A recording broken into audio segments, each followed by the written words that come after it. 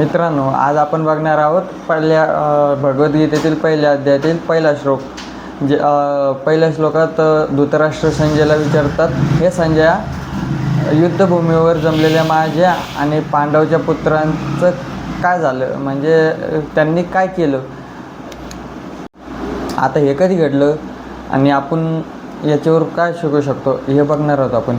आता जेव्हा युद्धभूमीवर एका साईडनं कौरव उभे असतात आणि एका साईडनं पांडव उभे असतात. आता कौरव हे काय असतात, अधर्मी असतात. त्यांना छलकपट करून राज्य मिळवायचं असतं. त्यांनी याच्या आधी पण छलकपट केलेलं आहे राज्यासाठी, काय पण म्हणजे चुकीचे कामं केले समजा. आणि एका साईडनं आहेत पांडव उभे असतात, ज्यांच्यासोबत श्रीकृष्ण असतात, धर्म असतो. ते म्हणजे त्यांना सत्यासोबत चालायचं असतं, त्यांना धर्म निवडायचा असतो, त्यांनी धर्म निवडलेला असतो. आता धृतराष्ट्राला हीच भीती असते, कारण की त्यांच्यासोबत पांडवांसोबत श्रीकृष्ण उभे असतात, धर्म असतो त्यांच्यासोबत.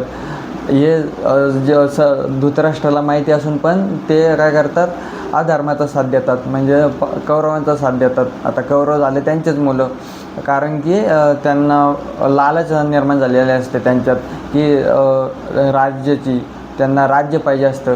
ते लालच त्यांच्या मनात. आता प्रत्येक पित्याच्या मनात पुत्राबद्दलचं प्रेम असतंच ना. आता ते प्रेमाने ते आंधळे झालेले असतात, कारण की त्यांना लालच लागलेली राहते राज्याची. त्यामुळे त्यांना काय वाटत असतं, आता पांडवांनी जर विचार बदलला पांडवांचा, या पावनभूमी असते ती कुरुक्षेत्र एक पावनभूमी निवडलेली असती, पवित्र भूमी असती. त्या आता पवित्र भूमीमुळे पांडवांच्या मनात जर विचार आला, चांगले विचार आला आणि त्यांनी जर युद्ध मागं घेतली तर आपल्या कौरवांचा बिनयुद्ध केल्याच विजय होऊ शकतो. आणि जर त्यांच्या मनात ही भीती असती, जर या पावनभूमीवर जर कौरवांनी मागं घेतली तर काय करायचं. आता कौरवांनी जर मागे घेतली तर पांडवांचा न युद्ध करतात विजय होतो. आणि हे त्यांना मान्य नसतं. त्यांनी कौरवाची साथ दिलेली असते, कारण की कौरव म्हणजे त्यांचेच पुत्र.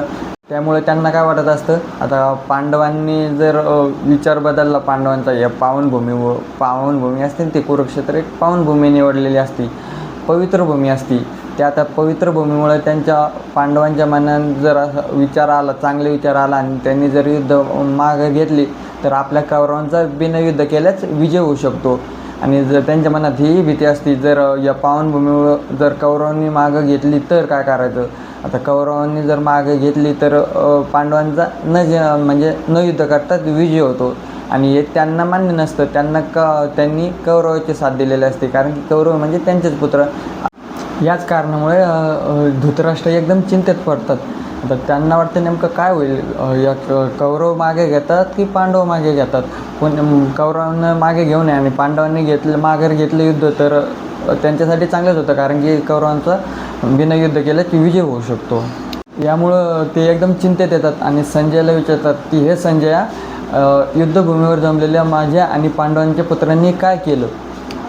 आता यात शिकायसारखं काय भेटतं आपल्याला, लालच चुकीची गोष्ट आहे. समजा धृतराष्ट्राने जी लालच केली होती राज्यासाठी त्यांनी अधर्माचा साथ दिला, हे चुकीचं असतानाही त्यांनी अधर्माचा साथ दिला, म्हणजे त्यांना लालच आली होती राज्याबद्दल.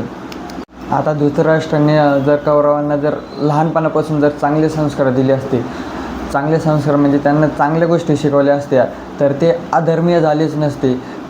ते पण श्रीकृष्णाच्या पक्षात असले असते, म्हणजेच धर्म निवडला असतं त्यांनी पण. आता ह्या गोष्टी छोट्या गोष्टी ज्या माणसाला वाईट दिशेने नेतात.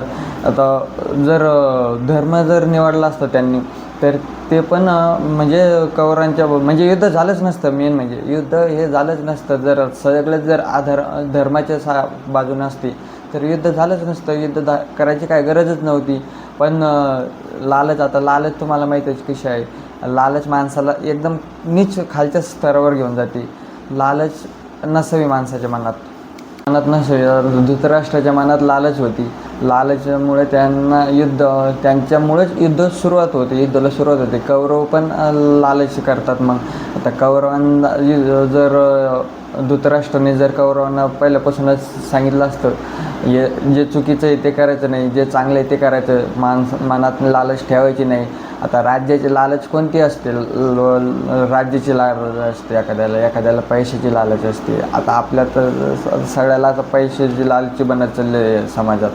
तर हीच गोष्ट माणसाला एकदम खाली घेऊन जाते. म्हणजे त्या धर्म काही समजत नाही माणसाला. माणूस कोणत्याही गोष्टी चुकीच्या गोष्टी करून जातो. हेच आपल्याला या श्लोकातून शिकायला भेटतं. कारण की अधर्म म्हणजे सत्याने वागलं पाहिजे माणसानं, अधर्म केला नाही पाहिजे, धर्माने चाललं पाहिजे. आता याच्यानंतर पुढे काय घडतं हे आपण पुढच्या श्लोकात बघणार आहोत. नेक्स्ट व्हिडिओ बघण्यासाठी माझ्या चॅनलला सबस्क्राईब करा.